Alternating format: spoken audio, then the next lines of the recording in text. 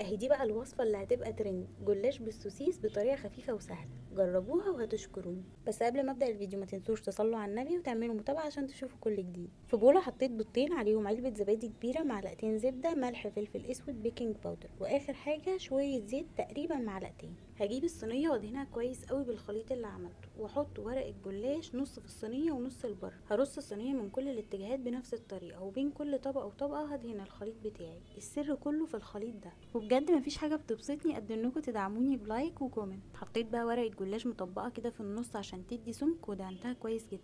ونزلت بقى بالحشوة، ميكس جبن وسوسيس، ممكن تختاروا اي نوع حشوة انتوا بتحبوه. هطبق بقى نص الجلاش التاني اللي كنت سايباه لبره على جوه كده زي ما واضح قدامكم، وبرده بين كل طبقة وطبقة هدهن كويس قوي بالخليط. بعد ما طبقتها ودهنتها كويس بالخليط، هجيب ورقتين جلاش كده واقفل بيهم من فوق، وادخل الاحراف لتحت زي ما واضح برضو قدامكم كده. بعد كده هدهنها تاني بالخليط وادهنها كويس جدا، واقطعها بالسكينه، وبعدين ادخلها الفرن على 180 تقريبا من غير مروحه. هتتحمر من فوق وتبقى جميله لوحدها.